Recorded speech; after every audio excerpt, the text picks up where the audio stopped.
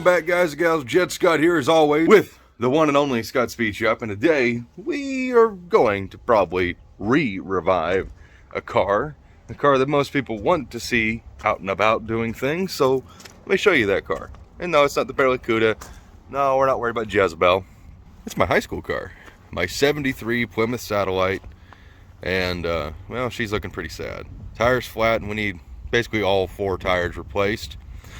So I was going to work on this last week, or a couple weeks ago, and was driving it actually, and I smelled a lot of gas for some reason.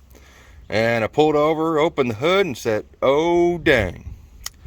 Don't know what the heck happened. The gremlins came out, but that bottom football screw right there decided to strip itself out in the main body. I have no idea how that happened. And yeah, that's kind of a problem. So I rushed the car home and was digging through my stash, and that mechanical 6-pack setup actually originally came from a Tony DeFeo before he was Uncle Tony on YouTube. And this is the original middle carburetor. This thing is completely junk. I'm not throwing any shade to Tony, but the build quality really left a lot to be desired. I did a lot of work and massaging to make those 3 carburetors that's on the car work.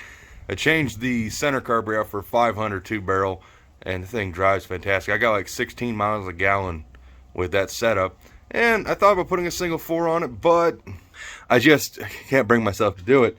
Plus, I just can't bring myself to do it. It won't be cool.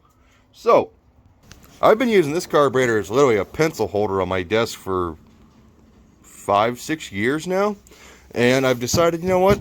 Before we go messing with the actual carburetor that's on the engine that's screwed up, let's do a test. And I know some people are like, why don't you just put this carburetor in place of that one? Oh, it's because when that setup was like prototyped, we'll say, all 3 carburetors are different. They all have different list numbers. They're all different CFM flow rates. But the outboards are fairly close. This guy, real funky guy, doesn't match the other ones at all. So I was going to put this one just on there, and then I started digging into it, measuring and doing everything. It's like, nah, you can't just put this one on. So the idea here, let me just show you. I got this little power coil, helicoil kit from the old Amazon. It's a 12x24 helicoil kit, which is what these threads are.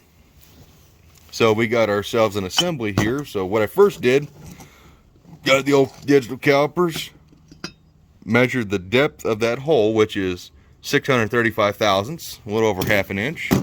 Then I assembled, with no gaskets, the same screw that holds those carburetors on, the old style, with a metering block and a normal, like an earlier style side hung float bowl. And that's our thread engagement. So measured that, so we know how far to drill so we don't accidentally over drill. And see that our drill bit will go just a little bit further than it needs to, but we are still well within our depth here, so we won't go too far through the main body. So what we're going to do is we're going to do a test. We're going to drill this screw, which is the one we got to fix. We'll put our helicoil in, and hopefully we'll get it flush, and then we'll be able to we'll do it all on this one, make sure it works, because this carburetor, if we lose this one, no big loss. And then we can pull that front one off. Thank God it's the front one and not the back one, the middle one. And we will fix it, and then that car will be good to fire up and run for people and pretend like I'm driving it, because I won't really be. So let's get to it. Alrighty guys, so I apologize for the space heater noise, but it's kind of cold. So we got everything chucked up here in the drill press. This is kind of crucial to have. So I took my straight edge on the main body of the carburetor, and as you can see, we have, oh wow, we moved a little bit. I had all this set up, but what we're doing is we're making sure that this is perfectly parallel with the carburetor. Got a little more setup to do, but something you want to do is make sure the carb body, this flat surface that's machined, is parallel with your chuck. Ideally, if you can get it to the drill bit, would be better, but the height of everything on this setup, not ideal. So I'm going to correct this so that way it is perfectly flat and level with that, which right there it's pretty good, but I need to come down on this corner just a skosh. Obviously we're not clamping too terribly hard on this.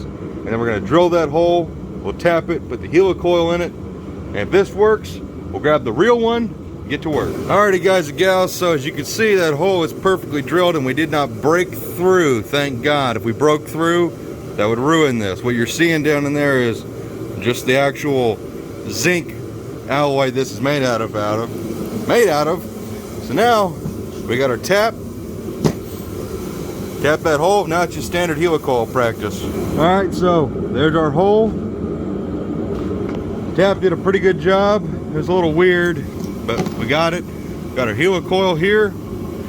We got some sleeve retainer we're going to use on this just to make sure it stays permanent. So now get our little guys out of this little kit. This is, by the way, this is not sponsored by Power Coil. I bought this thing. This thing was kind of expensive on freaking Amazon. It was like 40 bucks. But it's better than trying to find another carburetor make it match, so. Alright, let's get her fixed. Okay, so I just filed where the tap and drill had broke up the aluminum, so now it's perfectly flat. Moment of truth. Let's see if this actually worked. Well, if you've been following this video, guess what? It's fixed. Let me take it all back apart and show you. All right, screws are out. Take that off, and oh, we had some crap fall out of that hole. It was all dirty. But there's our helicoil hole. We know it'll work. It's glued in there, so it's not coming out. So I'll add that to my list of services, is fixing stripped out main body screws and anything else that is threaded 12 by 24, because well, yeah, we're gonna need it. All right, so let's get ready to take this front carburetor off. Thank God it's the front one, it won't be as bad.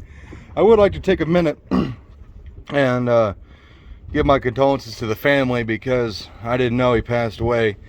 The man who did this air cleaner for me was I didn't know him that well, but I would call him a friend.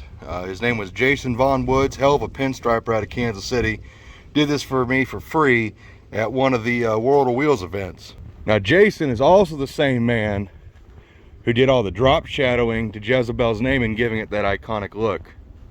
What makes this logo stand out so damn well is his work. He's the one who did all that, did this artistic deal. I let him go wild on Jezebel. And you know what really sucks is I noticed the lettering started coming off, the black and the purple, which there is purple there. I noticed it started actually fading off. And I was like, huh, maybe I ought to get a hold of Jason and see if he'll come over and touch this up, maybe do some more lettering for me.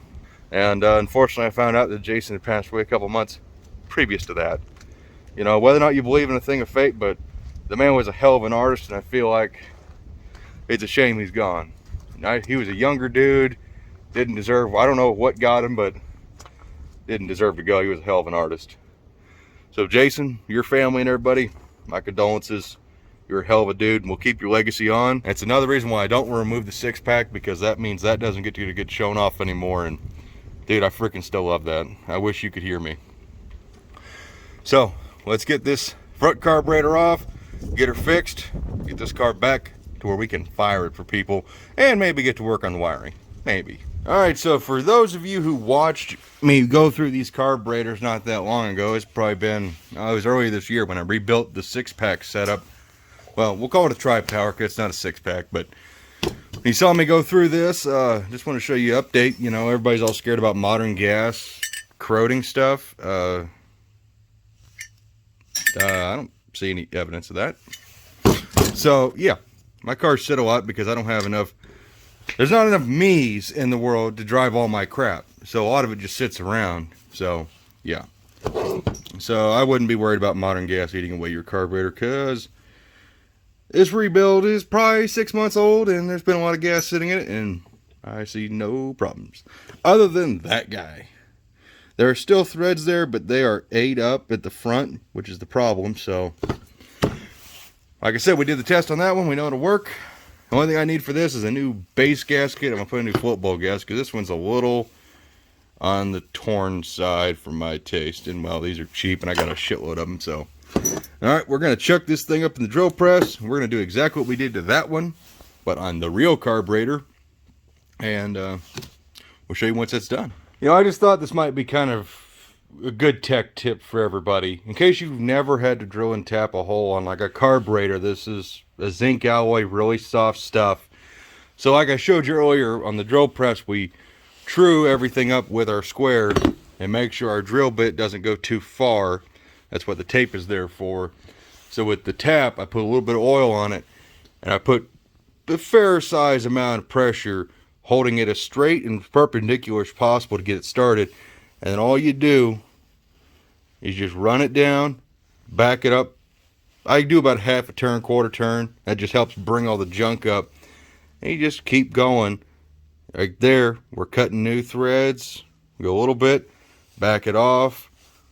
A little bit more, back it off. Okay, just like I showed you earlier, there's our new threads.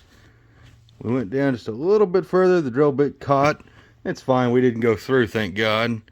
Got that hole cleaned out as good as we can. We got our sleeve retainer here, as we are going to make this a permanent thread insert.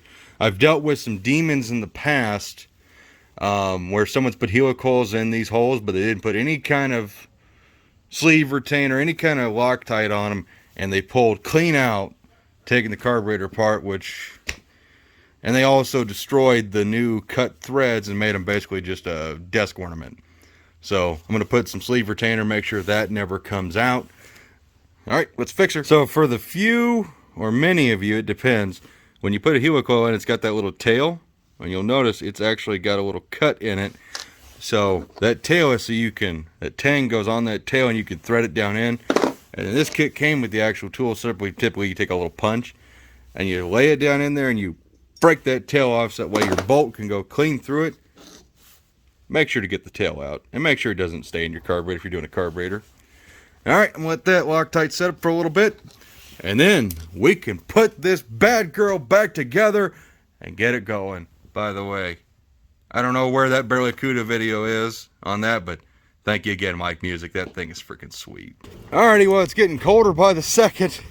Got everything put back on, reworked that spring in the front so that way it was tighter. So here's to hoping everything's still sealed up and we don't have any fuel leaks.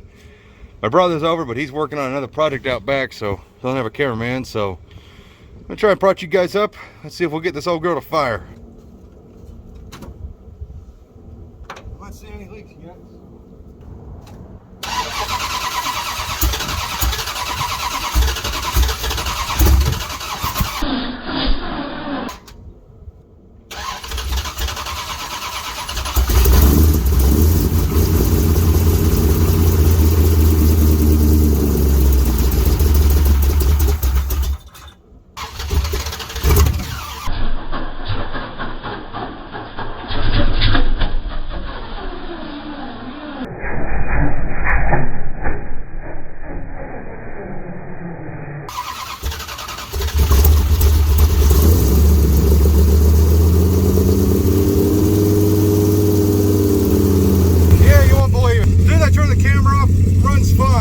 I started to get my phone out to film it earlier, and it died immediately as soon as I pulled the phone out.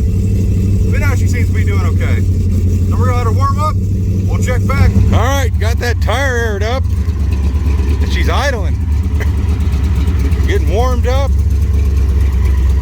Can you believe I used to drive this thing every single freaking day? Everywhere I had to go, I took this car.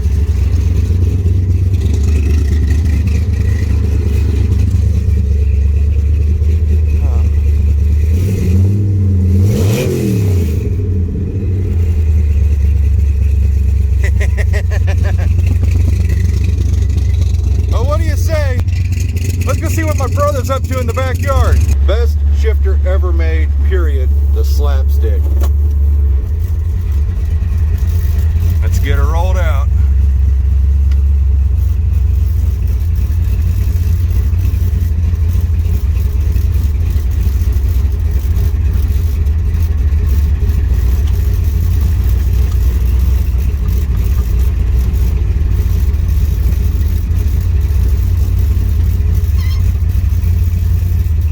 Oh, he's working on the welder.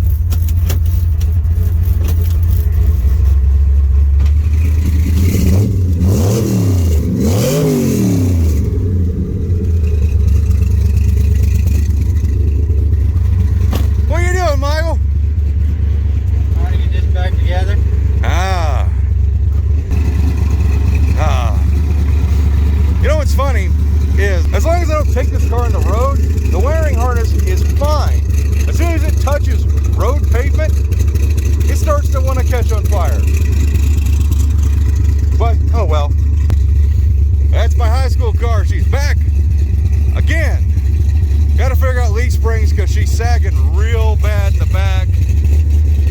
And we're gonna need new back tires, new front tires, and then eventually get that dash harness ripped out of this car. I got 2 new old stock ones that are perfect, and fix this thing to where it starts with a key, because ever since I've owned this car, you've had to have a toggle switch and a push button to start it, and I hate that. It needs to be right. So, just want to show you guys a simple fix. If you have a problem with your carburetor, that'll fix it. By the way, don't mind the header leak on this side. We'll walk back to the other side. Sounds better over here. So, as always, guys, thank you for checking out the satellite and me. And we'll catch you in the next one. As always, take care and bye-bye.